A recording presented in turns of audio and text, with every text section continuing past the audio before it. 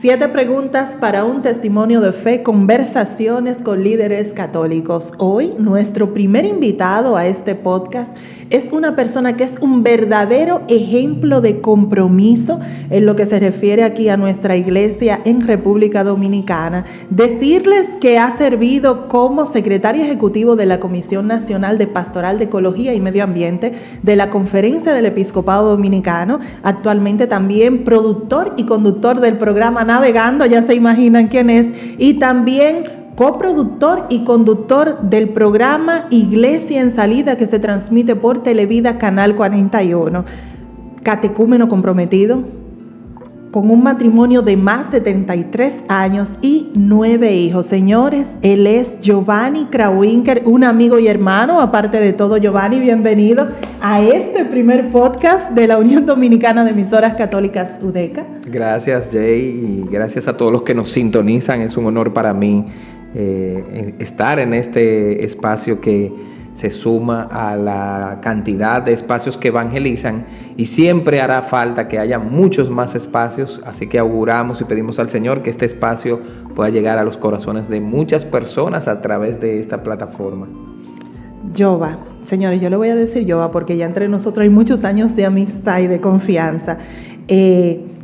¿Cómo ha moldeado la fe católica tu trayectoria en los medios de comunicación y de qué manera has buscado integrar este compromiso en cada uno de los proyectos en los que te ha tocado participar?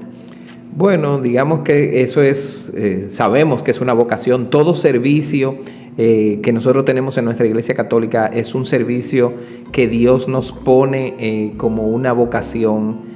Ya en el libro de la vida del Señor pone ahí, Giovanni va a hacer tal cosa, y nos da esos talentos, y ya lo escribió ahí. Uno tiene que descubrir esa vocación, y esa vocación, ¿quién te ayuda a descubrirlo? Primero tu familia, tus padres, y luego también en el proceso de fe que uno hace en la iglesia, tu párroco, tus catequistas, los que te acompañan en tu vida de fe, te ayudan a descubrir ese llamado y esa vocación. Particularmente yo soy el mayor de 9 hermanos, hijos de don Wilfredo y doña Ninosca, y ser el hijo primero y varón, pues mi papá, que era muy inquieto con el tema también de la comunicación y de la naturaleza, a todos nos enseñó que había que poner esos talentos, pero cuando yo estudié en el Colegio Salesiano, Oratorio María Auxiliadora, el párroco que se encontraba en ese momento, en los años 80, tenía mucha visión de hacia dónde iba la cultura humana, sobre todo en el tema de comunicación. Y esto yo siempre lo traigo a colación como un ejemplo de lo fuerte que nuestros párrocos inciden en nuestra vida. Él, en los años 80, compró la primera Mac que salió al mercado, compró una cámara de foto que no era digital en ese momento y una cámara de video, y nos dijo a los jovencitos que estábamos ya entrando en bachillerato: miren, el futuro va por aquí. Yo compré esto para que ustedes le pongan la mano, lo practiquen, lo usen, y si ustedes ven que el Señor lo llama a eso, pues puedan tener la oportunidad de ver cómo se hace. Efectivamente, yo cogí esa computadorita Mac, empecé a escribir, y sobre todo la cámara de foto y video fue lo que a mí más me gustó. En el año 84, por ahí, yo entré en las aulas del colegio grabando por primera vez todas las caras. Total, que no encuentro donde esté ese VHS ahora, pero te imaginas que casi 40 años después ver los rostros de nosotros jovencitos. Ahora todo el mundo lo tiene porque estamos en la era digital, pero antes no. Y yo de ahí, al tener ese contacto con esa primera computadora, yo salí decididamente a estudiar informática. Lo que a mí me hizo decidirme por esa carrera fue que ese párroco nos dejara tocar esas herramientas, y cuando nosotros vimos hacia dónde podíamos ir con eso, y despertó en mí lógicamente también ese deseo de conocer el mundo de la multimedia. A partir de ahí yo salí, claro, del bachillerato a estudiar informática en la UNFU y a hacerme ingeniero de sistemas. Lógicamente la fe que mis padres habían sembrado en mí y el proceso de formación del camino neocatecumenal, que es muy fuerte, hizo un balance entre lo técnico y lo teológico, lo doctrinal, y también la pasión por lo que la Iglesia Católica hacía en mis sacerdotes y maestros y directores salesianos. Entonces vi que ellos tenían el deseo de que con todo lo que hubiera en la cultura humana, se llevara para buscar más jóvenes para la fe. Y eso definitivamente marcó en mí todo este trayecto de vida que luego el Señor me ha ido Y ahí dando. fue que tú reconociste y reafirmaste tus talentos, es decir, tus dones. Hasta que tú no viste esa primera computadora, hasta que tú no tuviste esa cámara en tus manos, tú no sabías básicamente. Claro, por eso hago un llamado a los párrocos, sigan dándole, haciéndole a sus jóvenes en las parroquias la posibilidad de eso, y que puedan, ojalá muchos puedan, y yo en mi espacio navegando vivo diciendo, hey, los que están estudiando locución, si quieren, aquí hay un espacio para probar en vivo una transmisión, porque hasta que alguien no te da la oportunidad, y de eso hablamos en lo que pasó cuando al crear estos espacios en lo que estoy, realmente fue por esa motivación de este sacerdote y también de mis padres, que a la par de las ciencias y de reconocer el talento, entonces ahí entran los valores humanos. Hay que hacerlo con responsabilidad, hay que hacerlo con pasión, con amor y con un sentido de ayudar a los demás. Eso te lo da tu familia, eso te lo da entonces la formación de la comunidad, de la comunidad a la que Dios te llama. No, sabes que tú comentándome esto me viene a la cabeza varias anécdotas de personas, amigas, amigos que tengo, que también fue así, fue motivado por su párroco, fue motivado por el grupo de oración, por la comunidad dentro de la parroquia en la que se desenvolvían, y ahí fue que descubrieron muchos sus talentos. Tengo historia y anécdotas de personas que estudiaban hasta medicina y cambiaron a la comunicación, sí, justamente por una motivación o por entrar a colaborar en una pastoral dentro de la parroquia, y ahí descubrieron que ese era su verdadero don y talento, y hoy en día le va pues de maravilla. Definitivamente es la misión de la iglesia, porque también vamos de generación en generación, o sea que no nos podemos quedar y decir, bueno, yo sé esto y yo no se lo enseño a nadie, porque uno se va a morir. Tú tienes que dejar ese legado al que viene subiendo, y siempre será una práctica, siempre habrá uno que viene detrás de ti que tiene que aprender. Y en ese proceso, pues, está uno que aprendió, y ya luego, imagínate, yo a mis 55, tengo que ya ir pasándole la antorcha a otros que quieran aprender. Un obispo una vez me dijo, Vanessa, todo queda y todo pasa, y la misión de nosotros en la iglesia es pasar. Y eso era justamente refiriéndose a eso, a cómo nosotros tenemos que poner al servicio, cómo tenemos que enseñar a las nuevas generaciones, cómo podemos tener que transmitir. Giovanni, como productor y conductor del programa Navegando, Iglesia en Salida, Notivida, señores, él es polifacético, no sé cómo decirle, porque y Giovanni no solamente es presentador, sino que él es fotógrafo, es videógrafo, Giovanni también es buzo, camarógrafo submarino también, es músico, porque sí, te he visto tocar varios instrumentos, señores, esto es increíble, yo no sabría cómo decirle. Como productor, Giovanni, ¿qué crees que es lo más importante para lograr una evangelización efectiva a través de los medios de comunicación? Bueno, primero, para evangelizar, tú tienes que estar evangelizado. Tú no puedes dar lo que tú no tienes. Entonces aquí entra una parte muy importante, que para ser un comunicador que en la Iglesia Católica comunique los valores del reino, los valores de la iglesia, tú tienes que estar ahí. Tú tienes que conocer qué hace tu iglesia, cuál es la doctrina, quiénes son los actores que llevan adelante la iglesia en este momento, quienes la administran, empezando por el Papa, que durante este de turno, ahora el Papa Francisco, Papa número 266 de la historia, sucesor de San Pedro.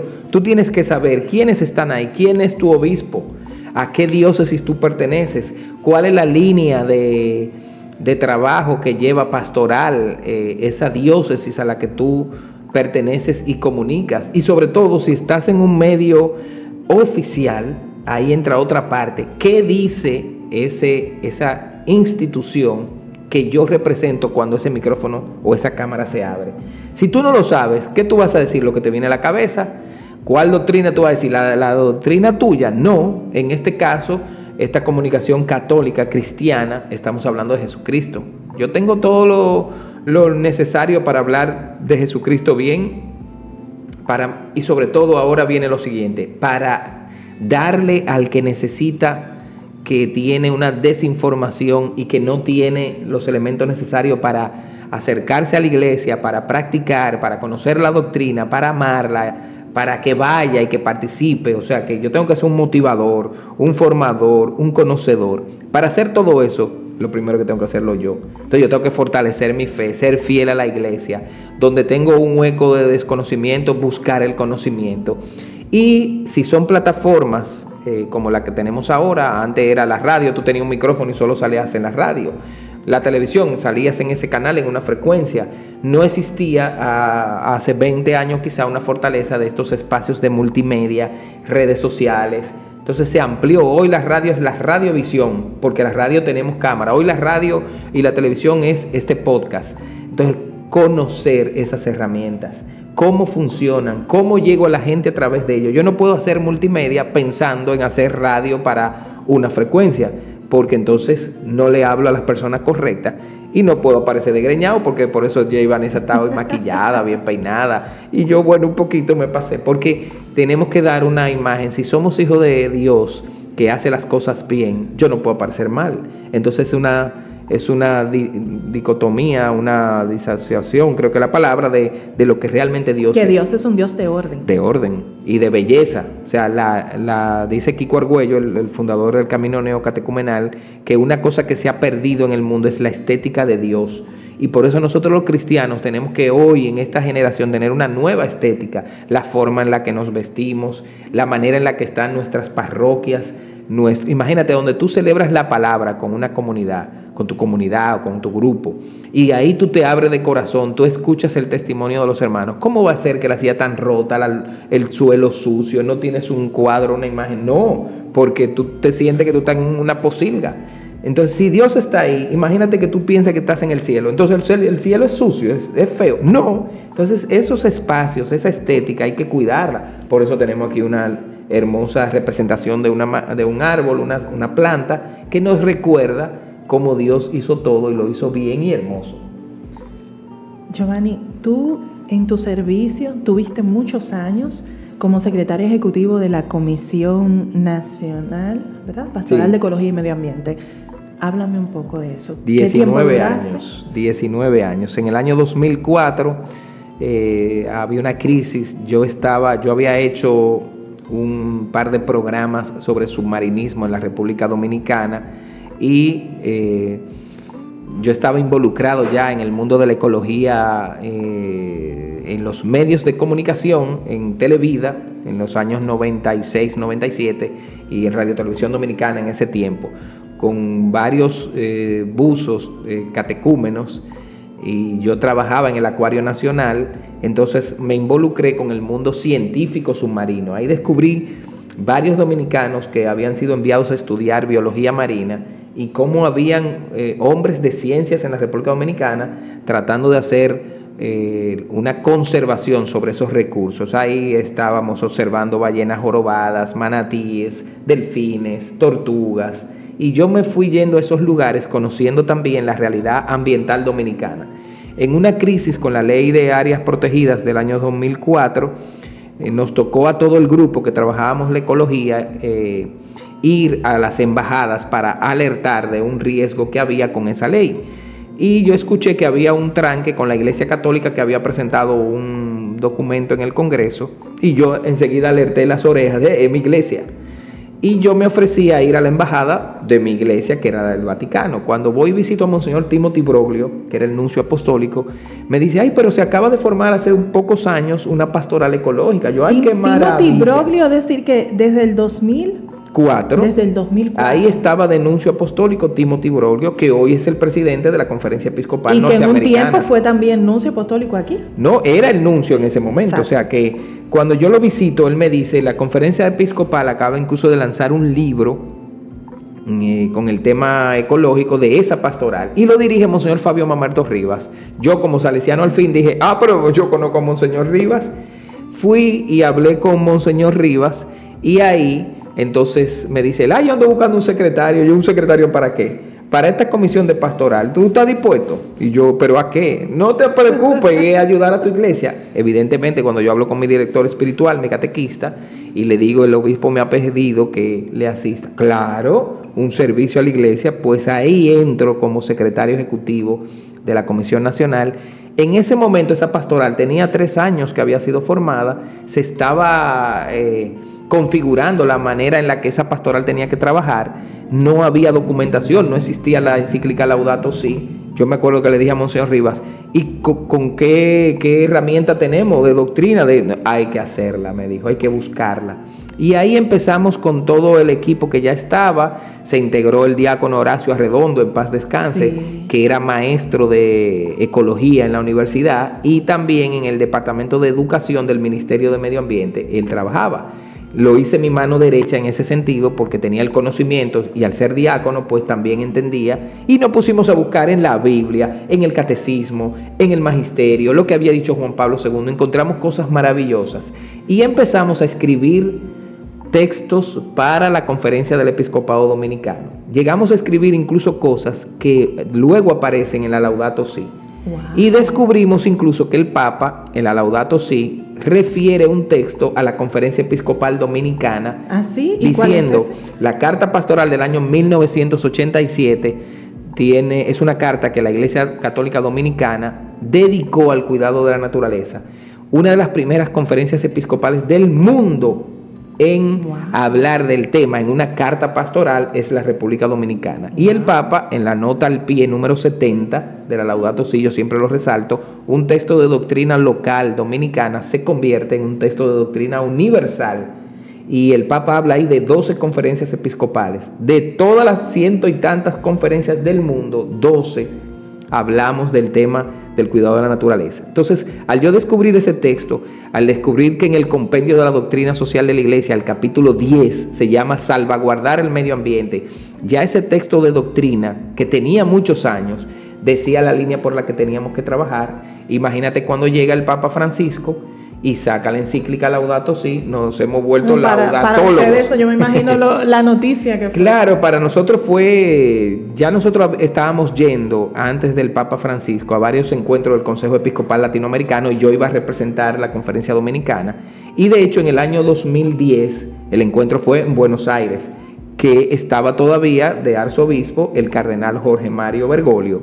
El cardenal Bergoglio tuvo toda una tarde con nosotros escuchando toda la problemática ecológica de los 22 países. Wow. Y ya el entonces cardenal Bergoglio, arzobispo de Buenos Aires, ya había puesto su renuncia en ese año. Él estaba esperando que el Papa Benedicto XVI le aceptara la renuncia para irse, y no se la había aceptado.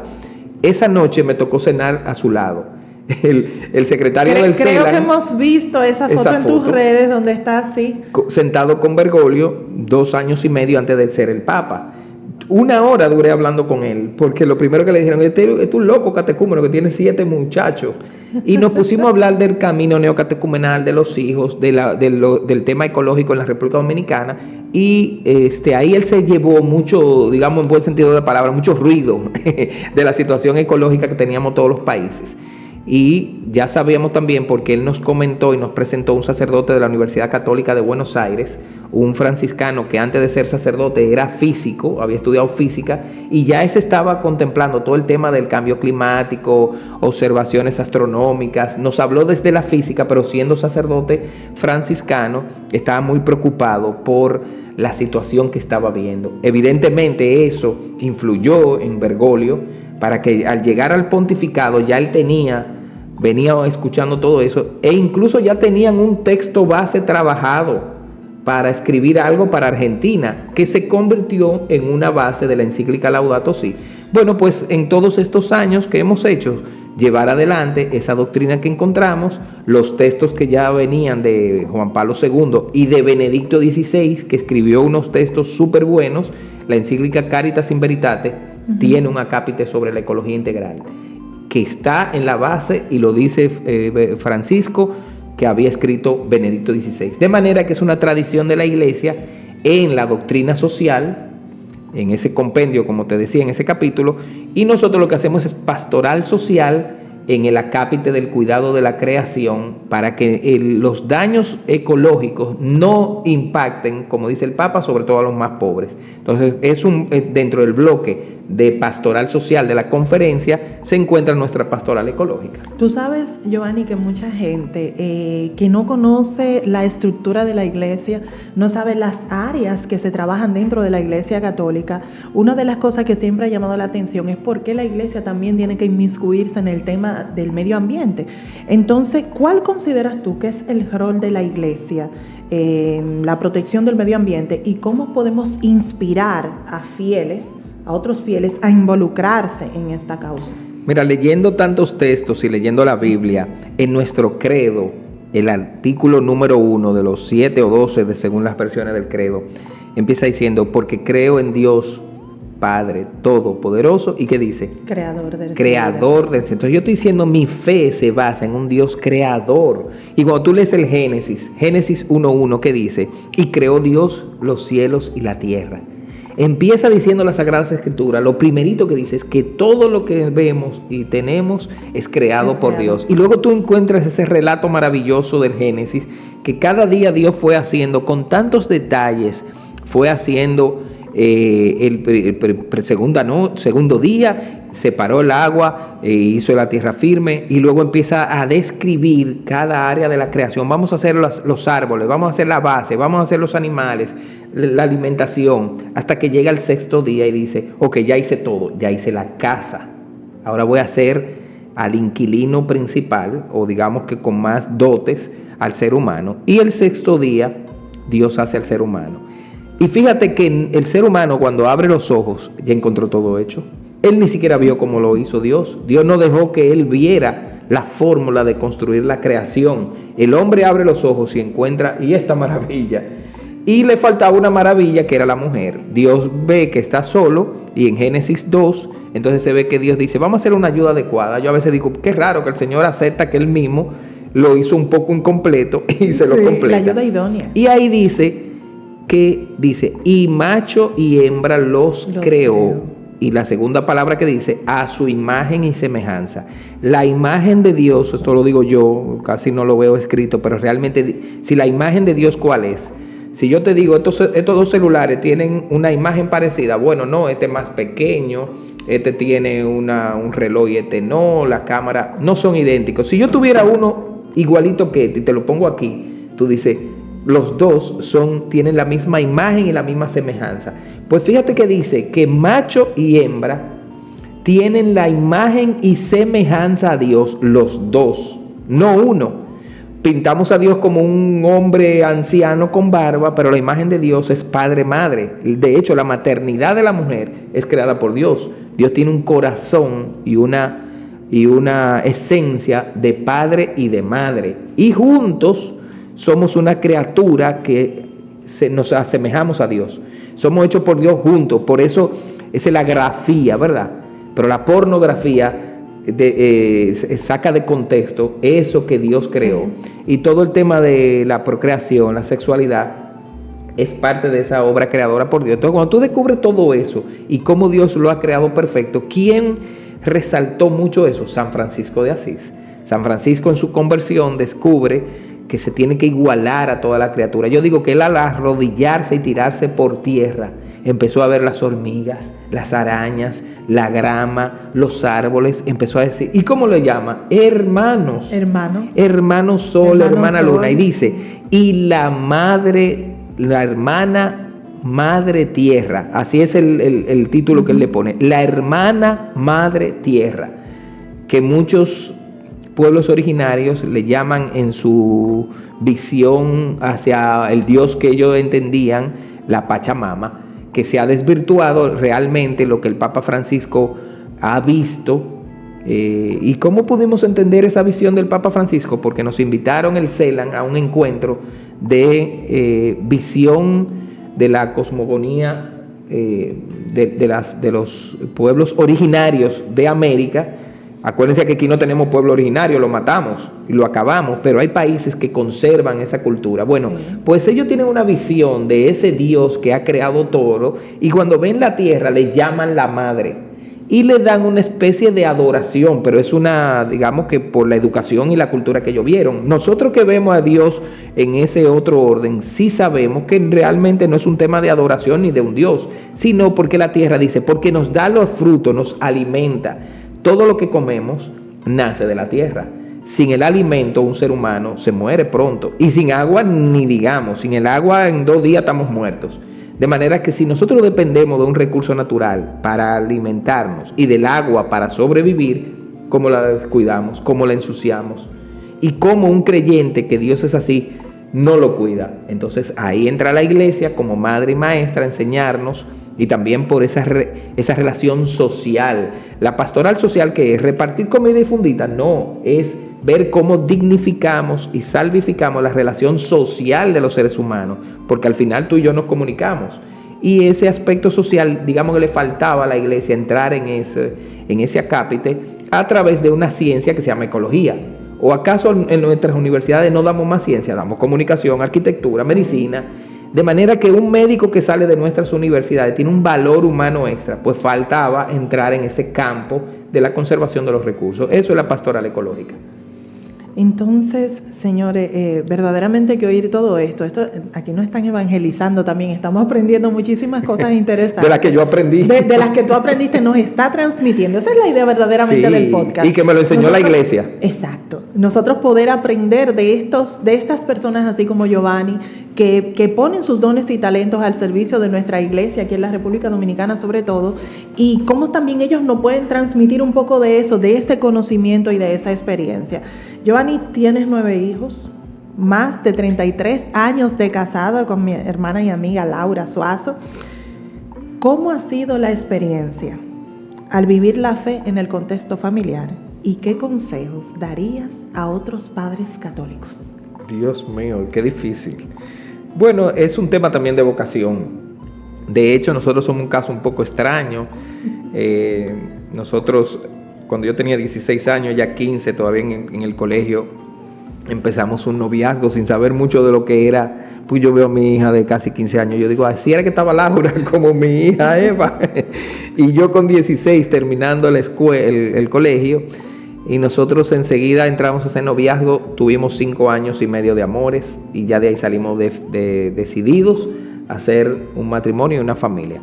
Cuando faltaba un año para casarnos, Laura hizo un cuadro bastante fuerte de ovarios poliquísticos y de sangrados. Y yo no entendía nada de qué era eso, pero ya veía que ella estaba en una situación delicada antes de casarnos.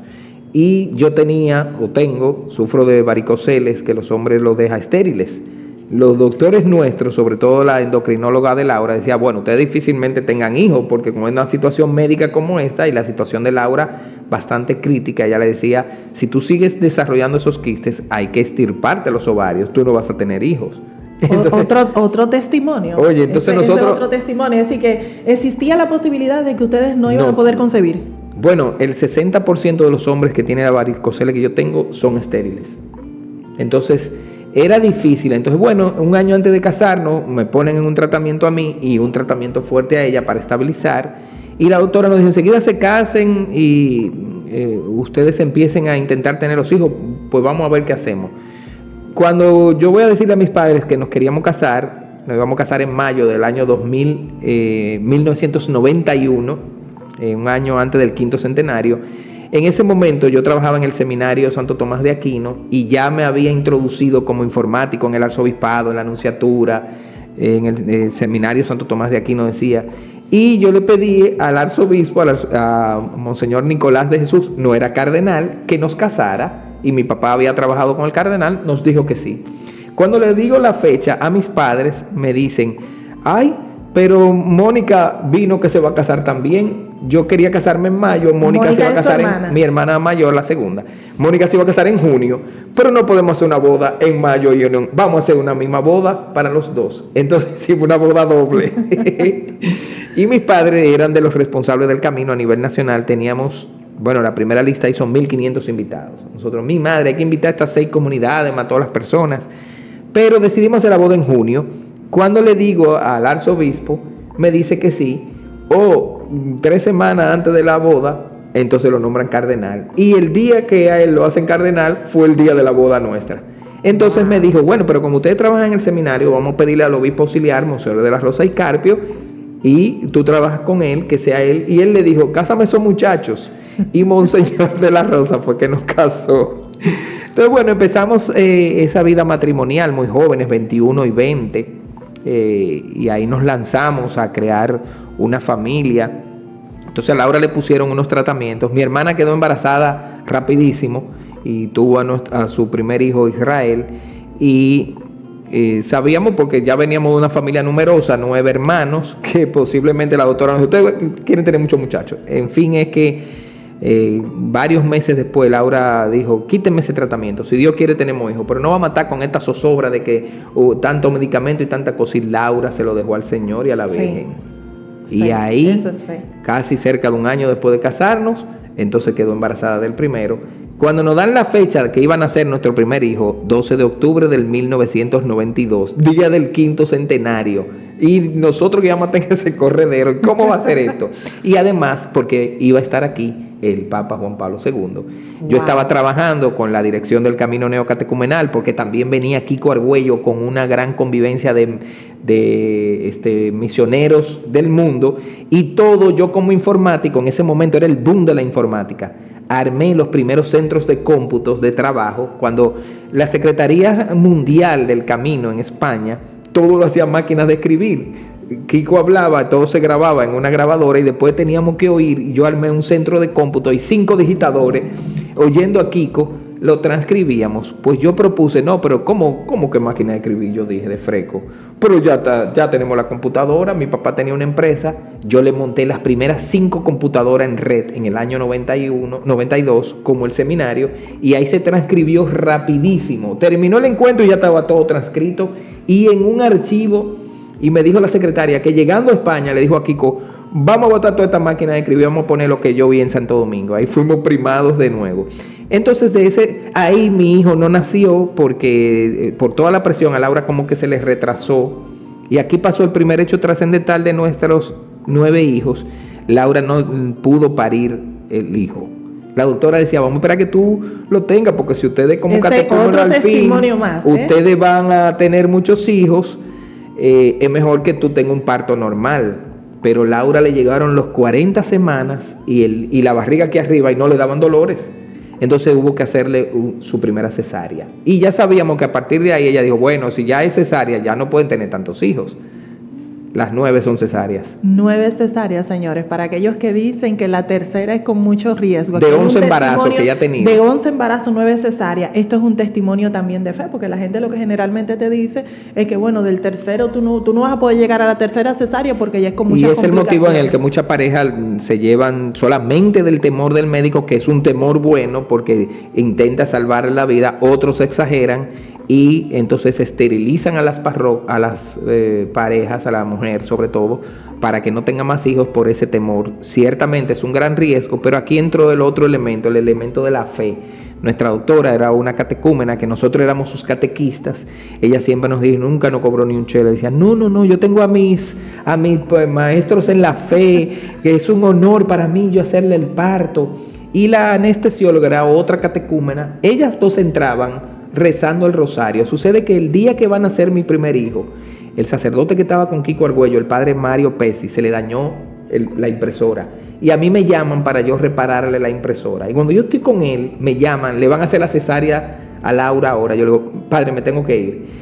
En ese momento, de los bolsillos, él sacó un rosario que le acababa de dar el Papa Juan Pablo II. Y me dijo, es mi rosario, pero llévaselo a tu esposa para que se lo lleve para la cesárea. Wow. Y Laura se llevó el rosario que acababa de salir de las manos de Juan Pablo II. Wow. Y que conserva y lleva en todas sus cirugías, de 12 cirugías que tiene. Wow. Ha sido ese rosario. Imagínate cuando el Papa luego fallece y lo hacen santo, sus 2 últimas cesáreas fue con una reliquia de San Juan Pablo II. Wow. Entonces, en esas cesáreas y en esas operaciones ha entrado la fe de estas doctoras, que con la ciencia médica, porque lo lograron gracias a que eran buenos médicos, y también con la fe. Los otros médicos a veces se burlaban, oye, está con esta rezadera dentro de esto, cuando tienen un paciente abierto de alto riesgo. hasta que con el séptimo hijo ella no podía seguir operando y nos propuso que su jefe fuera que le hiciera, o que nosotros eligiéramos otro médico católico. Evidentemente buscamos otro católico, ese hizo las 2 cesáreas, tenía una capacitación de cesáreas de alto riesgo, hizo que yo filmara la número 8, que tengo ese video de la cesárea de Laura. Imagínate cuando yo entro ahí, veo mi mujer abierta, así yo, ¡ay, Dios mío! Ahí fue que yo dije, Laura es una dura, que yo me tiro por los pies, Samuel. Tú sabes que yo soy loco con la capitana, vuelto loco. Entonces grabé esa cesárea porque él quería, como profesor en la UAS, enseñarle a sus alumnos. Dice, no siempre yo puedo tener una octava cesárea. No, un paréntesis. Es decir, que tú grabaste la cesárea de Laura. La de Laura. Tú agarraste la cámara. Mientras le estaban con el bisturí.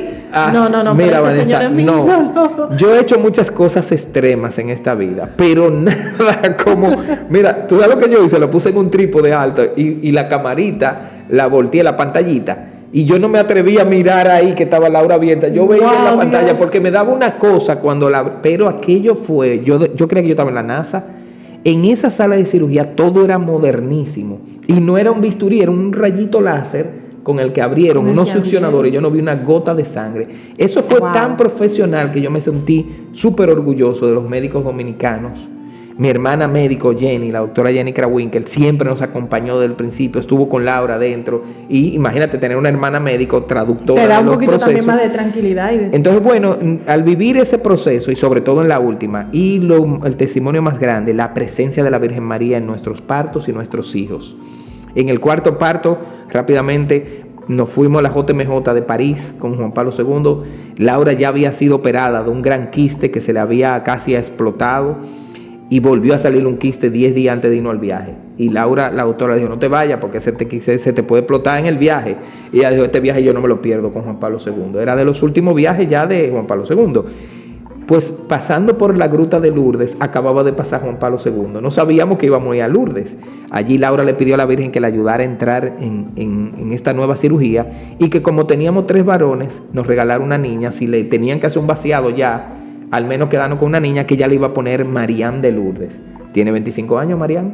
Wow. Nos regaló esa niña Mariam de Lourdes. Y luego vinieron 3 chicas más. ¿Cuánto tienen? ¿Cuántos varones? ¿Cuántas hembras? 5 varones, 4 hembras. Juan Pablo, Juan Francisco, Juan Daniel, Mariam de Lourdes, Laura Raquel, Clara Isabel, Eva Guadalupe, Juan Agustín y Juan Diego. Una pregunta, ya esto es algo personal. ¿Cómo tú te haces cuando lo vas a llamar a uno? Porque yo solamente tengo 2 y a veces me tranco queriendo llamar a uno y digo el nombre de uno. No, la práctica. Tú tienes 9, dime cómo tú haces esa parte. Trae a la capitana un día que te cuente su testimonio. El va a ser difícil, sí, pero el testimonio de Laura, a ti yo creo que ya no te diría que no.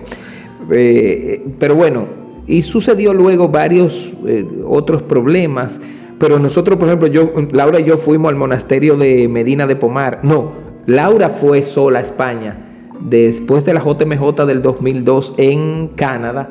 El grupo que no pudo ir a Canadá se fue a España y yo no pude ir, y Laura, el único viaje que ha hecho sin mí fue ese. Cuando fue a ese monasterio, la hermana de las Clarisas le dijo a Laura, regálenme una niña que se llama Clara. Ahí está Clara. Wow. Entonces, el 7º hijo, el párroco me dijo, Agustino, pero usted no le ponen Agustín a ningún hijo. Yo, padre, vamos a hacer algo. El próximo hijo que venga, si es varón, se va a llamar Agustín, pero usted va a ser su padrino. Usted lo va a bautizar y va a ser su padrino. Y me dijo, bueno, lo que pasa es que me cambian de lugar, yo no puedo ser el padrino. Va a ser su padrino de oración. Donde usted vaya tiene que orar mucho por él. Me dijo, hecho. Efectivamente, él, cuando ya lo vamos a bautizar, fue el año en el que acabamos el camino, que lo acabábamos en la vigilia en la catedral, y el cardenal iba a hacer los bautizos. Y, ay, padre, ahora lo va a bautizar el cardenal. Y yo, no, es que ese fue el arreglo que él y yo hicimos. Pues sucede que el cardenal dijo, hablen con sus párrocos y la mitad del sacramento háganlo en sus parroquias con sus párrocos. De manera que él le hizo los primeros ritos del bautismo a su ahijado, y el cardenal lo bautizó en la catedral. ¿Qué pasó? El padre murió en un accidente. Mi compadre, el padre Fran, en La Vega. Y yo me acordé y siempre le digo a mi hijo Agustín, él me prometió que iba a rezar por ti donde quiera que él fuera. Así que donde él está ahora es el mejor lugar para rezar y velar por ti. Y le puse Juan Agustín. Increíble. Pero ¿qué pasó? No termina ahí la cosa. Cuando fuimos a hacer cobertura de prensa del Encuentro Mundial de las Familias 2009 a México. Saliendo y terminando el encuentro, Laura y yo fuimos a la Virgen. Y Laura me dice, la Virgen quiere regalar una niña. Porque había hecho un arreglo, ella le pidió a la Virgen que ya tenía 40 años y que ella quería, si iba a tener su último hijo, su cesárea, no pasara de los 40 años. Y que ahí ya termináramos. Hoy ella me dice, la Virgen me está diciendo, Eva Guadalupe, Eva Guadalupe. Yo le digo, dile a la Virgen que haga su trabajo, yo voy a hacer el mío. Ay, por Dios. Entonces, Vanessa, ahí está Eva Guadalupe. La tuvo a los 40 y tantos años. Pero no nos dimos cuenta que a los 42 un día me pone esa prueba positiva en la mesa y me dice el 9º. Y yo dije que Guadalupe no puede estar sola, es Juan Diego. Esos dos últimos hijos son de la Virgen de Guadalupe y son una bendición porque la 9ª cesárea ya los médicos estaban con 42 años un poco preocupados y asustados. Sí. Le habían detectado un acretismo placentario y había que sacarle la placenta. Pero el médico dijo, ya este es el 9º, yo entiendo que ya ustedes cumplieron y que se sienten bien. Pero yo lo conozco. Bueno, estamos en manos del Señor. Ese acretismo no le vino por la cesárea, le vino un área del útero donde nunca había pasado un bisturí y ahí se rompió adentro y la placenta cruzó. Entonces él dijo, para que no se diga que fue por sus cesáreas, sino porque era una condición que le pudo haber venido desde la primera cesárea y le vino en la 9ª. Wow. Así que todo preparado, me dijo, no puede grabarlo porque es una operación de 5 horas. Cuando yo entré, Vanessa, pero el médico enseguida vio el rosario de Juan Pablo II, volvió a decir, hey, todos que lo sepan, aquí tenemos una reliquia de Juan Pablo II. Y él entró muy contento en esa cirugía. Y cuando saca a Juan Diego, el médico asistente le dice, voy a ir trabajando para sacarle la placenta. Se soltó el amarre que tenía. Y cuando él viene de entregar el niño, le dice al médico, ay, ¿y qué hiciste? Él le dijo, no, yo no hice nada. ¿Y cómo tú tienes la placenta sin que se rompiera el útero? Y me dice, yo no hice nada. Y él le dijo, mira el rosario que ella tiene en la mano. Wow. Fue Juan Pablo II. Increíble. Y entonces le dijo, entonces le sacó el útero. ¿Y por qué ella tiene su útero nuevo? Mira la que le preguntó, ¿cuántas cesáreas tú crees que tiene ese útero? Y el médico dice, 2. Me dice, mira, los médicos a veces pensamos de una manera, pero Dios actúa de otra. Esa es su 9ª cesárea. Y además, y entonces si ella queda embarazada, problema de ellos, porque ese marido de ella es loco con ella. Ahorita la embaraza de nuevo. Pues Vanessa la dejaron nueva. Con los milagros de la Virgen, con el milagro de Lourdes, Laura, que era totalmente, ¿cómo que se dice? Cuando a las mujeres le llegan irregular, con unos sangrados malísimos, hasta ese quiste. Cuando la Virgen le desbarató ese quiste en Lourdes, cuando vinimos, Laura no tenía quiste. Laura se regularizó para toda la vida. Sus menstruaciones se volvieron regulares. Sus cesáreas 7, 8 y 9 en manos de este otro médico fueron tan buenas que Laura dijo, con usted yo tengo 15, si tengo que tener. Y Dios le arregló lo que la naturaleza no le había dado. Y ahí nos dimos cuenta que todo esto de esta familia, siendo nosotros imperfectos los dos, yo un loco y Laura hija única de una familia, tenía una visión de la familia y yo de una familia numerosa, el Señor lo ha hecho. Y si tú crees que yo soy medio loco y que corro mucho, multiplica eso por mis 9 hijos que son así y ahora nuestros 3 nietos. Increíble. ¿Verdad que ya entiendo por qué al principio de la pregunta decías que era un tema de fe? ¿Qué consejo les darías a otros padres católicos? Entonces dijiste, es fe. Y definitivamente yo creo que hay que escuchar este testimonio tuyo para todos aquellos, los que quieren concebir, los que tienen también esos diagnósticos que creen que van a ser imposibles. Y otra cosa, en la puerta de la sala de cirugía, yo estaba con mi rosario ahí, en toda la cirugía de mi mujer, y ella siempre me decía, a mí quien tiene que cuidarme es mi esposo, no es mi mamá, es mi esposo, y yo me dediqué a cuidarla, aprendí un poco de enfermería, y hice de enfermero, que después hasta mi hermana me pidió un día que fuera su enfermero, mi hermana Priscila, y yo fui su enfermero en su última cesárea. Así que seguimos confirmando tus múltiples capacidades sí. Y dones. Entonces, para mí, ya tú sabes, ver que mi esposa se la llevaban para esa sala de cirugía, todo lo que ella sufría, esos dolores de la mujer, porque la mujer tiene los dolores o pariéndolo o por las cesáreas, son dolores, y acompañarla en ese proceso y luego todo el proceso de educar este batallón, buscar las escuelas, todo eso. Aquí entra el otro milagro que Dios sí actúa, la providencia. ¿Cómo lo mantengo? ¿Cómo busco tanta comida? La salud. Mira, y han pasado tantos milagros por nosotros creer y afianzar nuestra vida familiar y matrimonial en esa providencia, que siempre nos decían, Ustedes vienen esos 4 muchachos, pague uno y los otros 3 están becados. Pues yo digo, porque tu negocio es redondo. Nos llegaban a veces tanta ropa y tanta comida que nosotros le damos a otra gente con lo que nos mandaban. Porque esta es la familia numerosa que tienen. Y así el Señor ha ido, y con los talentos que el Señor me ha dado, ha suplido. No somos ricos y sin embargo nuestros hijos han estudiado. Tengo 4 músicos, una bailarina clásica profesional, 3 músicos sinfónicos, uno que estudió eventos, una Marianne que es administradora de empresas, se acaba de graduar en la universidad, y Eva Guadalupe acaba de entrar en el conservatorio y en la Orquesta Sinfónica Juvenil. Increíble, increíble. La providencia. Juan Diego está en fútbol y acaba de entrar como uno de los talentos de Vida Kids. ¡Wow! Increíble, señores. Y Juan Francisco es cronista deportivo. Este año su programa, el podcast en el que él está con Bian Araujo, ganó un soberano. Sí, muy reconocido. Y él en la promoción, también. Juan Frank Rawin, que él está hoy como uno de los mejores colocados en la crónica deportiva, gracias a esos talentos y los valores humanos que nosotros le hemos transmitido, los que nos enseñó la iglesia a través de nuestros padres y de nuestros catequistas y párrocos. Definitivamente, señores, esto es fe, esto es creer también en la providencia. Giovanni, has tenido la oportunidad de representar a la iglesia dominicana, en encuentros internacionales. ¿Tú podrías compartir alguna experiencia que te haya marcado y cómo crees que estas participaciones contribuyen de una forma u otra al fortalecimiento de la iglesia tanto a nivel local como global? Mira, la iglesia tiene una vida maravillosa. Cuando uno se adentra a ver cómo la iglesia ha organizado llevar el anuncio del evangelio, porque se necesita una estructura.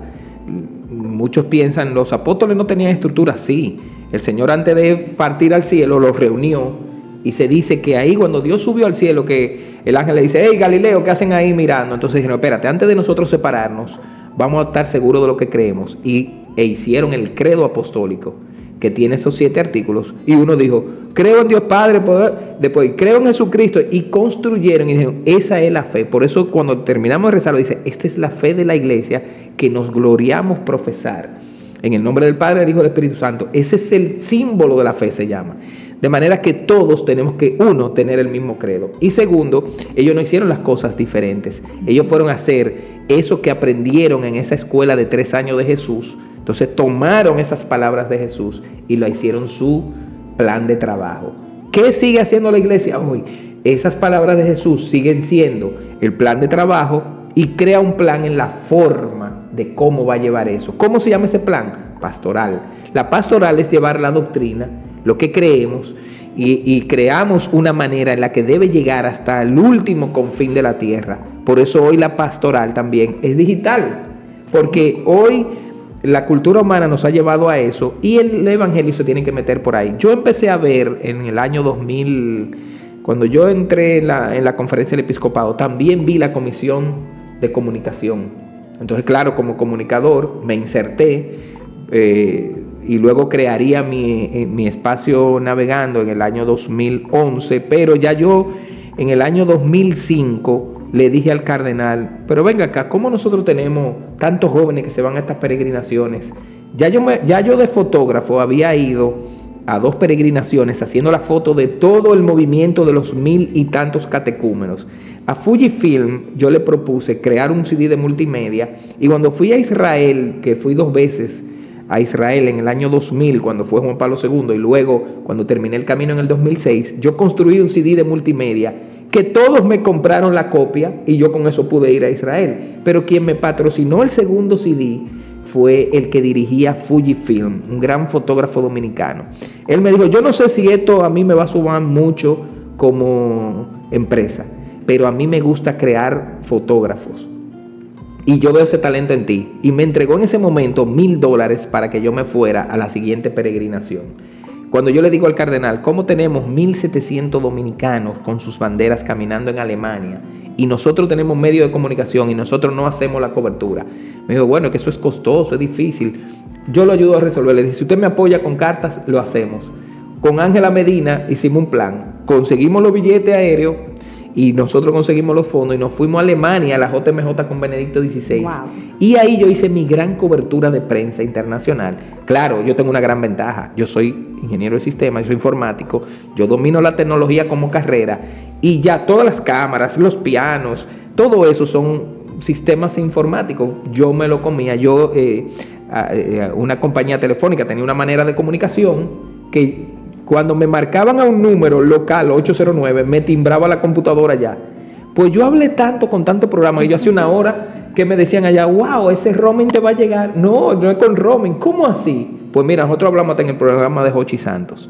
Y ahí creamos un gran modelo, sobre todo para seguir haciendo coberturas, y a partir de ahí yo no he parado. Donde yo veo que hay un dominicano y una bandera católico con una bandera dominicana, todos tenemos que saber que ellos nos están representando, como cuando van estos jugadores a las Olimpiadas. Sí, exacto. Entonces siempre he propuesto cómo ir a hacerlo, hasta que mis grandes coberturas han sido en estos sínodos, y me pasé casi un mes en Roma el año pasado, en la primera parte del sínodo, y ahora pues estoy planteando ver cómo lo hago. Hay varias dificultades porque el maligno quiere tumbar por donde se anuncia el evangelio, pero no podemos, que si hay delegaciones dominicanas representándonos en eventos católicos internacionales y tenemos todos estos medios, que nosotros no le contemos a los dominicanos cómo se hace.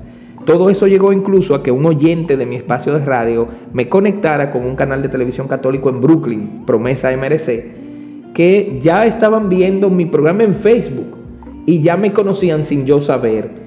Y ahora tenemos una alianza tan grande que ya yo voy 3 o 4 veces al año hasta los estudios de Promesa MRC, y ahí genero programas de ahí. Y que he escuchado que has hecho colaboraciones también. Y no solo eso, sino que ellos están patrocinando las coberturas internacionales. Ellos ponen parte del dinero porque para su canal y para los católicos dominicanos que viven en Estados Unidos quieren ver lo que los dominicanos católicos hacemos aquí en República Dominicana, y también no tienen casi comunicadores con esta, digamos, expertise que hemos logrado, un grupo de comunicadores, tú y varios, que ya conocemos la dinámica de la iglesia, pues estamos colaborando en evangelizar ahora a los dominicanos que están en Estados Unidos, que son un montón. Wow.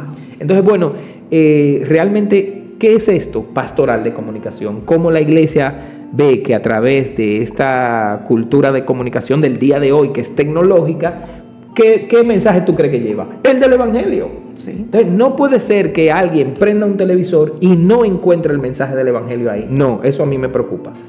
Nosotros tenemos que, si una persona prendió el televisor y tiene una situación de vida y oyó que uno predica el evangelio va a llegar ahí. A partir de ahí, ¿qué va a hacer? Va a ir a la iglesia. Pero tiene que tener un encuentro. El llamado te llega por un lado. Te llegaba antes por un panfletico, un papelito que te entraba en el autobús, por las revistas Rayos de Luz y esas iniciativas. Pero hoy tenemos que dar el siguiente paso, el que la iglesia siempre dio. Cuando crearon la imprenta, antes, ¿cómo se escribía la Biblia? En papiros, a mano. Pero llegó la imprenta. ¿Cuál fue el primer libro que Gutenberg imprimió? La Biblia. La Biblia. ¿A motivación de qué? De la iglesia. Cuando se creó la radio, Marconi, que la crea, Vaticano llama a Marconi, vamos a prender una emisora. Y una de las primeras emisoras creadas en el mundo por el mismo fundador de la radio, Marconi, fue Radio Vaticana. De manera que hoy la iglesia no tendrá miedo en entrar, y por eso existen esos espacios digitales. ¿Y qué tenemos que hacer? Evangelizar. Entonces, usted tiene un celular, evangelice por ahí. En el WhatsApp, evangelice. Hable bien de Dios. Entonces, nos falta un poco, digamos, fortalecer esa dinámica para poder cumplir con la misión que Dios nos dio. Tú has mencionado la parte de que hay que evangelizar, ¿verdad? Para evangelizar también se necesita cierta preparación. Entonces, Giovanni, como catecúmeno, tú has pasado por un proceso de formación profundo en la fe. ¿Cómo ha impactado este proceso en tu vida cotidiana y en tu misión dentro de la iglesia? Y sobre todo, ¿qué tú le dirías a esas personas que le tienen miedo? Porque yo siempre he admirado al camino neocatecumenal por esa formación que tienen con los fieles, ¿verdad? ¿Qué le dirías a aquellas personas que le interesa el camino, así como yo, que le interesa el camino, pero que sienten como algún temor de cómo involucrarse por lo que uno escucha que es el camino? Lo bonito de eso es que eso no le pasa solo al camino. San Francisco de Asís, antes de morir, le decía al Señor: ay Dios, me van a dañar mi congregación. Y fue al Papa para preservar. El Papa le pidió: escribe las reglas. Y San Francisco tuvo que hacer un proceso doloroso de escribir las reglas, y vio cómo habían frailes que querían destruir con el carisma inicial que Dios le dio al propio fundador. Entonces, imagínate qué le pasó a San Francisco. El camino neocatecumenal Dios se lo regala a un laico, a dos laicos, Kiko Argüello y Carmen Hernández, que falleció y está en su proceso de beatificación, porque ahora es que estamos descubriendo realmente lo que impactó. ¿Cuándo nació el camino? Después de Vaticano II. Primero, Dios le da el llamado a Kiko, que era Premio Nacional de Pintura en España. Él era un pintor que había estudiado, un muchachito rico, un popi, era Kiko.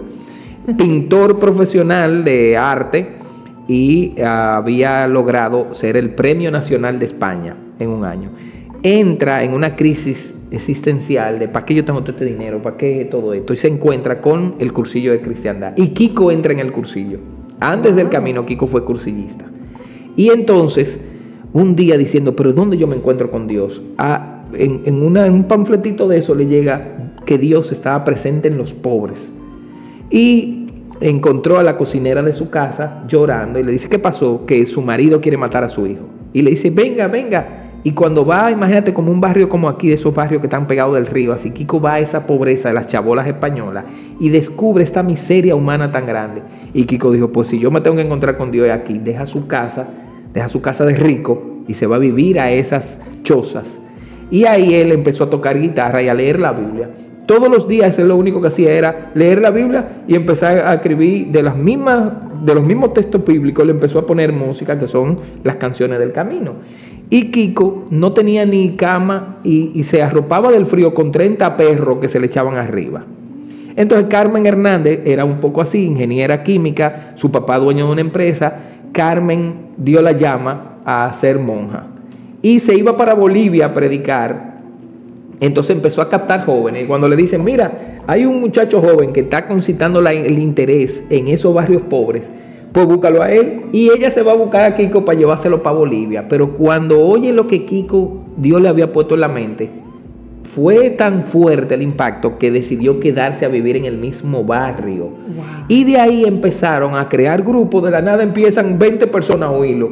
Y se fundó como la primera comunidad sin darse cuenta. Y cuando van a la parroquia, ella le dice, Carmen es que le dice a Kiko, mira, eso que tú estás diciendo que el Señor te puso, la iglesia lo acaba de vivir, se llama Concilio Vaticano II. Ella tenía los documentos del concilio. Mira, hay que renovar las parroquias, hay que cambiar los altares, se puede comulgar con las dos especies. Entonces se lo comentaron al párroco de ese barrio y que querían empezar a poner en práctica lo que Vaticano II había dicho. Cuando el párroco ve que después de hartarse de llamar a esta gente a la iglesia nunca van, que de repente vienen dos grupos comunitarios con el modelo de las primeras comunidades, y ahí Kiko revela que tuvo una revelación de la Virgen, valga la redundancia. Cuando ven esa imagen de Kiko Argüello que usamos todos los catecúmenos, que es una virgen, por favor lean las letricas que están abajo. Es lo que Kiko dice que la Virgen le dijo un 8 de diciembre, día de la Inmaculada. Hay que hacer pequeñas comunidades que vivan en sencillez y alabanza, donde el otro es Cristo. Ese es el camino neocatecumenal. Kiko reveló que en esa visión, por su crisis, un 8 de diciembre, y por eso los catecúmenos celebramos el nacimiento del camino los 8 de diciembre.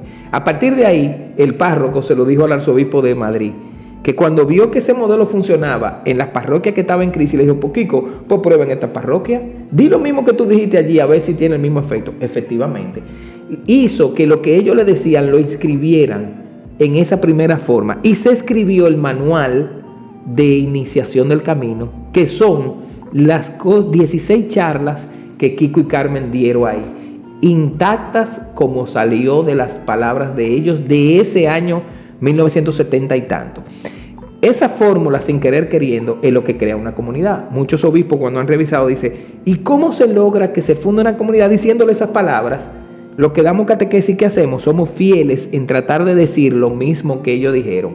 Mira, Vanessa, créeme que después de yo haber tantos años en tantos modos de hacer pastoral, yo digo, estos no saben ni lo que crearon, porque el método es tan bueno. Cuando tú escuchas libremente esas 16 catequesis iniciales, es la historia de la iglesia.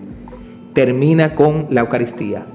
Nos enseñan la historia de la Eucaristía, la Pascua judía, y cómo y por qué Cristo funda que su misión es sobre la Eucaristía y sobre la Pascua judía, rescatando lo que Vaticano rescató, que era la vigilia pascual toda la noche. Wow. Que estaba en el canon, porque lo que nosotros hacemos no es un invento de nosotros, sino que tomamos el canon, el libro, y hacemos la vigilia. Bueno, a partir de ahí, entonces ¿qué hacemos con esta gente?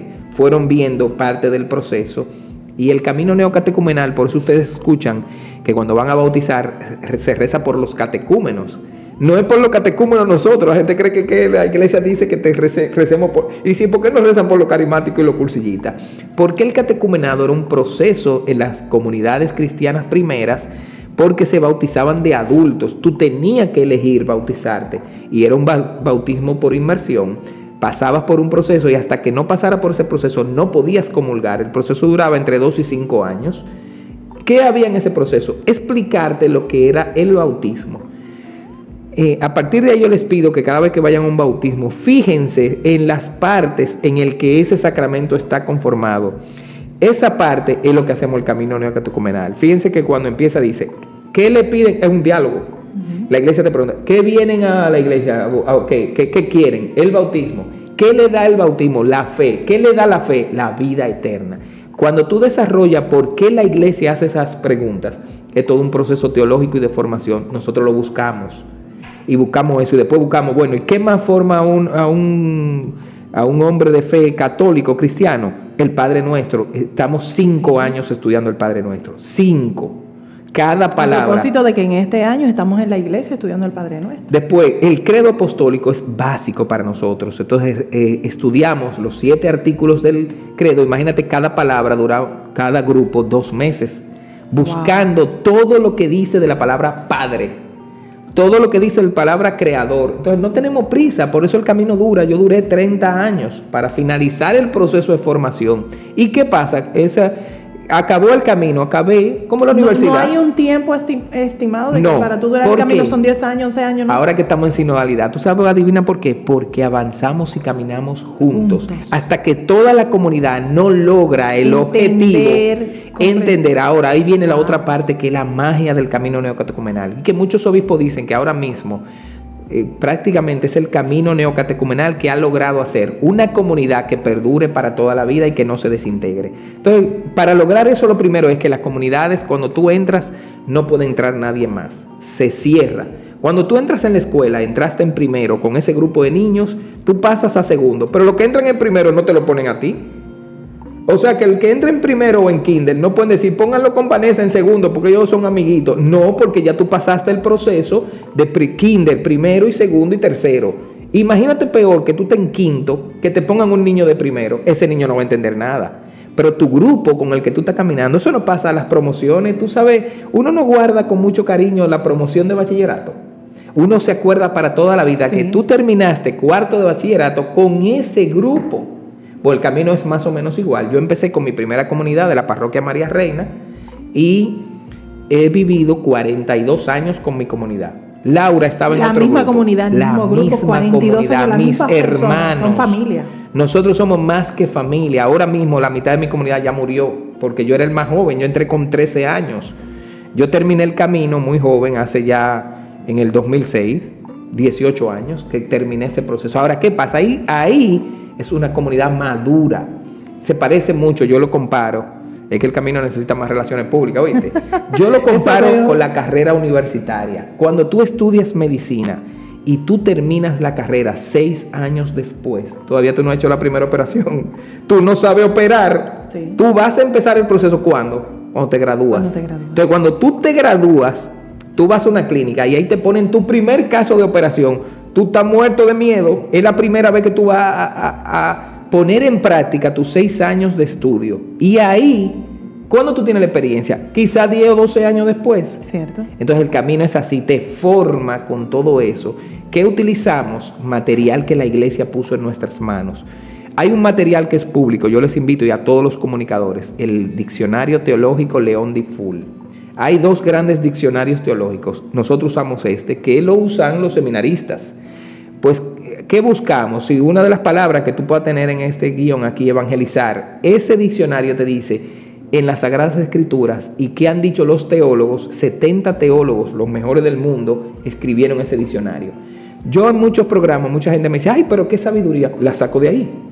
Excelente. Busco en ese diccionario teológico, por ejemplo, para entender a Job, dice, apuesta entre Dios y el maligno. ¿Quién es el maligno? Pues eso te dice, el maligno es Satán, que en el Génesis, y te pone la cita, tú buscas esa cita y tú te vas fortaleciendo. Bueno, pues nosotros en el camino, todos los temas que nosotros preparamos es con eso. De manera que la iglesia, a través de esa metodología y del escrute de la palabra, que prácticamente una Biblia es la única que te deja hacer referencias cruzadas, es la Biblia de Jerusalén. Cada texto bíblico que tenga un texto al lado te dice que la base de ese texto está en el anterior. Entonces te dice, por ejemplo, Pablo menciona esta frase que está en Salmo 23. Y tú te das cuenta, ay, pero mira, es que él sacó del Salmo. Y de repente la Biblia cobra vida. Eso se llama escrutar la palabra. Tú te metes en una, pero cuando tú vas al Salmo 23, a la vez te dice, esto fue dicho en Macabeo. Tú vas a Macabeo y te dice, esto fue escrito en el Génesis. Increíble. Y genera un árbol, una rama. Cuando tú haces eso y lo haces en oración, eso nos enseñó el camino. Antes de entrar en la Biblia, tenemos que orar. Porque no se puede entrar en la Biblia, no se entiende si tú lo haces meramente desde la mente humana. Y cuando Dios te lo regala, créeme, y abrir la palabra al azar y decir, ¿qué Dios me va a decir? Y te abre en el momento de tu vida una palabra que para ti era lo que tú necesitabas ese día. Entonces tú descubres que Dios es el Dios de la historia y de las Sagradas Escrituras. Entonces el camino, esa es una de las fortalezas. Ese esquema de formación, finalmente, lo tomó Benedicto XVI, que había sido uno de los primeros párrocos en Alemania en abrir el camino cuando no querían. Él lo abrió en su diócesis. Lo aceptó y lo conoció, y después conoció a Kiko Argüello. Cuando llega de Papa, él llama a Kiko de nuevo y le dice, espérate, al igual que las órdenes religiosas, que le faltaban las reglas, al camino le faltan los estatutos. Y esto que el Espíritu Santo ha suscitado de la nada y en manos de dos laicos, antes de yo dejar el pontificado, hagamos el proceso estatutario. De manera que tomaron todos los escritos del camino y se hicieron ya los estatutos del camino, porque a la muerte de Kiko quede como un bien de la iglesia. Entonces el camino es un bien de la iglesia con las formas y los cambios que se propusieron en Vaticano II. Entonces, bueno, cada comunidad, Emaús, cursillos, todos hemos pasado hoy bajo el dicasterio de laicos para la iglesia acompañar, porque ojo, esa es la parte bonita. La fea, ¿cuál es? El maligno no lo quiere y trae diferencias internas, visiones diferentes, gente que se opone a ti, porque el diablo no quiere que eso funcione. Ahora, ¿qué lo salva? Las reglas. Es una sabiduría de la iglesia tener una regla, para tú ceñirte a esa regla. El camino, pues gracias a Dios, terminamos ese proceso estatutario. La Santa Sede revisó todos los documentos durante 6 años, Vanessa, peinaron todo. Y quedan un par de punticos que lo dejaron en observación. Dice, ahora no me acuerdo el término en latín, es a modo de prueba. Vamos a seguir observando en la Eucaristía, que se propusieron varios cambios, que están autorizados del Vaticano II, pero los dicasterios tienen que observarlo. No hicieron ajustes y hoy lo vivimos así, pero vieron que sí podíamos seguir viviendo Eucaristías comunitarias. De manera que cuando yo voy a la iglesia no me siento con un extraño, sino con mi comunidad. Cuando yo me siento con mi comunidad es como con mi familia. Y vivimos la Eucaristía en ese sentido, caminando nuestra conversión juntos. ¿Qué hizo la iglesia? Bueno, si alguien quiere venir de afuera, pues puede sentarse, pero quizás no va a entender por qué tenemos esta familiaridad. Porque es que yo llevo 30 años sentándome al lado de la misma persona. De manera que cuando yo fui teniendo los hijos, ¿quiénes me ayudaban con mis hijos? Mis hermanos de comunidad. Fulano, la doña, agárrame a ese muchacho ahí que están bromando mucho. Mi hermana de comunidad. Bien. Después, ¿quién sigue mi vida? ¿Quién me corrige como si fuera mi familia? Mi hermana de comunidad. Es que me conoce desde los 13 años. Me vio enamorarme de Laura, me vio casarme, me vio tener los hijos. Y la sabiduría de esas doñas, Vanessa, parece ser de un profeta del Antiguo Testamento. Hay esas doñas que han vivido, y yo tengo toda clase de viejas en mi comunidad, que las quiero y las adoro. Me toca a mí ser el bufón para que ellas se ríen, para mantenerlas vivas, bailarlas. Y nosotros nos estamos muriendo juntos. Yo, como el más joven de la comunidad, he visto morir en la santidad a mis hermanos con cánceres, con situaciones, uniendo a la familia y entregándose por su parroquia. Luego, cuando avanza la fe, entregándose a la pastoral penitenciaria. Tenía un hermano que visitaba las cárceles sin faltar todas las semanas, en la catequesis, en la pastoral de evangelización, fundando comunidades. Y ahí tú ves la conversión de la gente y tú dices, wow. No, que esto es una maravilla. Entonces, nadie me puede apartar del amor de Dios que conocí a dónde, en mi comunidad. Increíble, señores. Yo le dije que esto era, de verdad que estoy súper fascinada con todo esto que hemos estado aprendiendo, porque no solamente nos están evangelizando, estamos aprendiendo, nos estás transmitiendo parte de tu experiencia y de tu conocimiento. No, y que sigue siendo un proceso, porque la santidad se logra hasta el último día que tú te mueres. Claro. O sea que nosotros tenemos que velar. Y a mí, 18 años después de terminar la comunidad, créeme, ¿tú sabes lo que estamos preparando ahora? Los proverbios. Capítulo por capítulo. Cada grupo ahora coge 4 capítulos y en 2 meses lo trabaja. Oye, pero yo estoy oyendo cosas, Vanessa, que yo nunca las había oído. Y digo, ven acá, 40 años después de tener contacto con la Sagrada Escritura, nos ponen a que volvamos y con el mismo método, con el León de Full, con la Biblia, de manera que uno hasta el momento de morir es en contacto con la Sagrada Escritura y viviendo con su comunidad. Giovanni, a lo largo... Te respondí ya, sí, viste una panorámica. Señores, ya él lo está mandando y yo tengo la inquietud de ponerme a rebuscar, a estudiar también. Giovanni, a lo largo de tu vida tú has tenido muchos retos, muchos desafíos en los que tu fe te ha ayudado a superarlo. ¿Qué lección tú has aprendido? ¿Qué lección de vida tú has aprendido que puedas compartir con nosotros, tus hermanos católicos? Primero, que uno no lo sabe todo. Uno no está formado totalmente. Y es un manantial de sabiduría tan grande que tenemos. Yo tengo un deseo de seguir aprendiendo que no me va a dar esta vida. Yo quisiera estudiar Sagradas Escrituras, porque oyendo a los sacerdotes que son biblistas, por ejemplo, mi propio catequista, el padre Alonso Gómez, es doctor en Sagradas Escrituras. Sentarte a escuchar cuando él predica sobre la Sagrada Escritura es meterte en una película y en un mundo y descubrir cada detalle. Imagínate con él cuando visitamos Tierra Santa y nos explica cómo la Virgen María caminó por las escarpadas montañas, caminando en las mismas montañas y yendo a En Carén, que es donde vivía Isabel. Y la analogía con cuando el rey David lleva por las mismas escarpadas montañas y ahí Carén, el Arca de la Alianza. 2 pasajes idénticos en los mismos lugares y que te das cuenta que el primer pasaje iba a definir el segundo. Entonces tú entiendes por qué pasaron las cosas. Entender cómo José de Egipto era una imagen que estaba prefigurada de lo que iba a ser José de Nazaret. Los 2 se llamaban José, los 2 eran casos, los 2, José preparó el trigo para que Egipto comiera, José preparó el trigo que era el nuevo pan y se lo da al mundo, ambos salvaron el mundo. Entonces, las cosas que vivió el José de Egipto, las iba a vivir el José. ¿Cómo entendemos lo que José no habló ni escribió? Por eso, ¿qué le pasó al José de Egipto? Pues este biblista hace un libro de José, una maravilla, de José a José. Y tú dices, ve acá, ¿y dónde estaba esa información? Siempre estuvo ahí. Son los biblistas. Por eso, pues entonces deberíamos estudiar Sagrada Escritura, derecho canónico.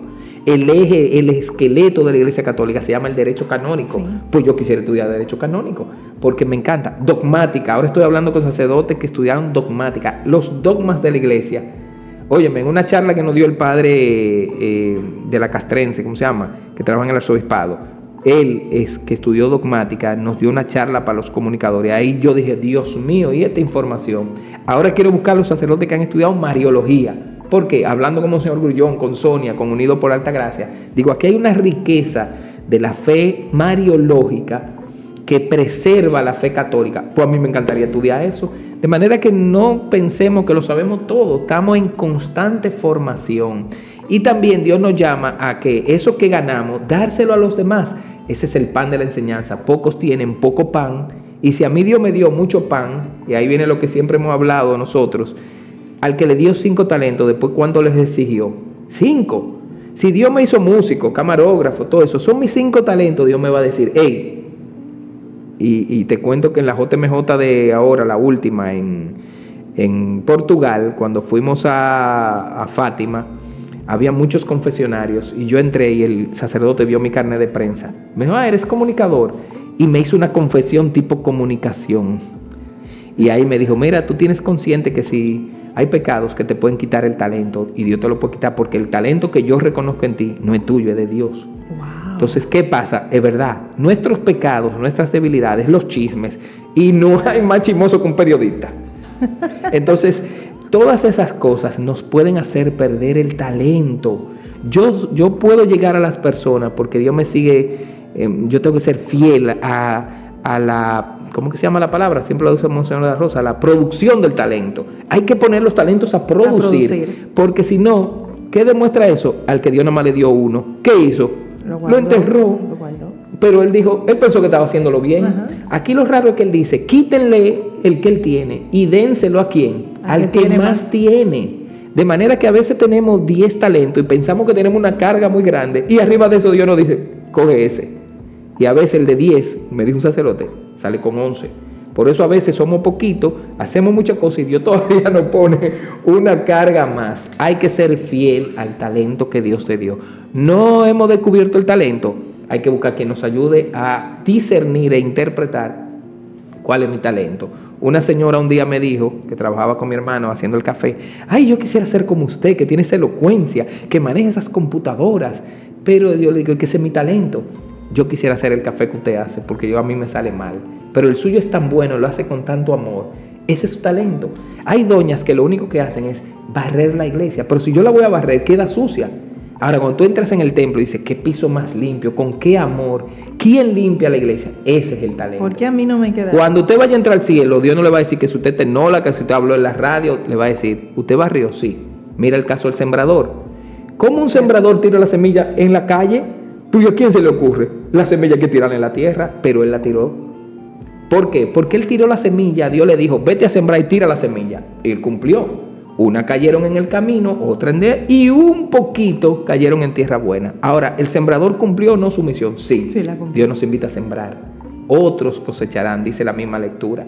De manera que el Señor a nosotros nos está pidiendo sembrar hoy urgentemente. El mundo tiene una necesidad de Dios, tiene una necesidad, como dice Monseñor de la Rosa, de ser humano, de que aparezca el ser humano, la imagen de Dios macho y hembra. Luchemos contra todo esto que quiere dañar la imagen de Dios, que quiere deshumanizarnos. Hoy la iglesia es la madre de preservar al ser humano. No hay más nadie que sepa de ser humano como la iglesia. Y por eso tenemos que llevarnos de su doctrina, de su corrección y lo que es la conversión, que es el cambio de vida. Vivimos de una manera, pero la iglesia constantemente, y ahí que tú ves como el Papa dice, Papa pecador, cardenales pecadores, obispos pecadores, sacerdotes pecadores, iglesia pecadora, pero en camino constante de conversión. Pues si eso es la iglesia, Vanessa, yo tengo que estar en ese constante camino.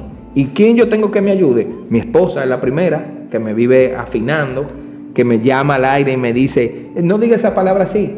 Mis catequistas, mis padres, mis hermanos, ustedes mis hermanas, los que tenemos una comunidad de comunicadores, nos vivimos corrigiendo en los grupos. Mira, fulana, no digas eso. Oh, yo te mando, mira, quiero decir esto, ¿qué tú crees? No diga eso, por tal. Ah, qué bueno. Ay, pero no, Giovanni es el que más sabe, ese no.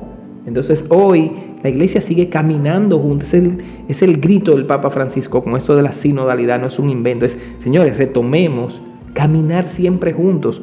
La iglesia, sobre todo, es la iglesia de la comunión, porque Jesús dijo, sean uno, como mi Padre y yo somos uno. Y aquí viene la gran pregunta, y con esto termino. ¿Somos uno hoy? ¿La iglesia es una? ¿O somos, yo soy catecúmeno, yo soy carismático, pero yo no puedo juntarme con un carismático si soy catecúmeno? ¿Cómo así? Entonces, yo soy de los catecúmenos, pues yo no. Yo le hablo en navegando a todo el mundo y busco cómo hay que hablarle a los de Maús, y le hablo así. Se juntan varios médicos a estudiar medicina, cada uno en su universidad. Y cuando se juntan a comer, entonces empiezan a hablar de medicina. Uno le dice, tú estudiaste en la INTEC, ¿verdad? Sí. Y tú en la UAS, ¿verdad? ¿Por qué? Porque en el tonito en el que lo dicen, se sabe de qué universidad. Ahora, ¿de qué hablan? De medicina. Nos juntamos de todos los movimientos, de todas las órdenes, y hablamos de fe. Pero yo te digo, pero tú eres franciscano, ¿verdad? Sí. Tú eres catecúmeno, ¿verdad? Porque tiene muchos muchachos, que sí, okay. Tú eres de Maús, ¿verdad? Porque dice la frasecita. Entonces, ahora, ¿de qué hablamos? Siempre tenemos que hablar de una sola fe, de una comunión. Y es lo que el maligno precisamente quiere quitarnos, la comunión. ¿Cómo se preserva eso? Con la sinodalidad. Es una palabra griega que dice, caminamos juntos, y en el camino, dice la lectura, nos ajustamos. Dice que los apóstoles iban caminando juntos, pero venían discutiendo de cuál de ellos era el mayor. Y en el camino se ajustaban. Pues estamos en camino constantemente, seguimos buscando ese don número 1, que es el de la unidad, de la sinodalidad, hasta que nos llegue el gran día de nuestro paso a la vida eterna, que ya habremos pasado todos los exámenes, pero con pecados. Para eso tenemos la confesión, para eso tenemos los sacramentos. Pues vivamos los sacramentos, pues vayamos a nuestra iglesia, pues dejémonos corregir, pues amemos a quien Dios nos dio, que es mi prójimo, etcétera. Señores, ya ustedes vieron, hemos tenido aquí, como le dije, es un invitado que realmente tiene mucho que compartir. Espero que hayan podido disfrutar de este primer episodio, este gran testimonio de este líder católico. Giovanni, muchísimas gracias. A ustedes nos vemos en el próximo episodio.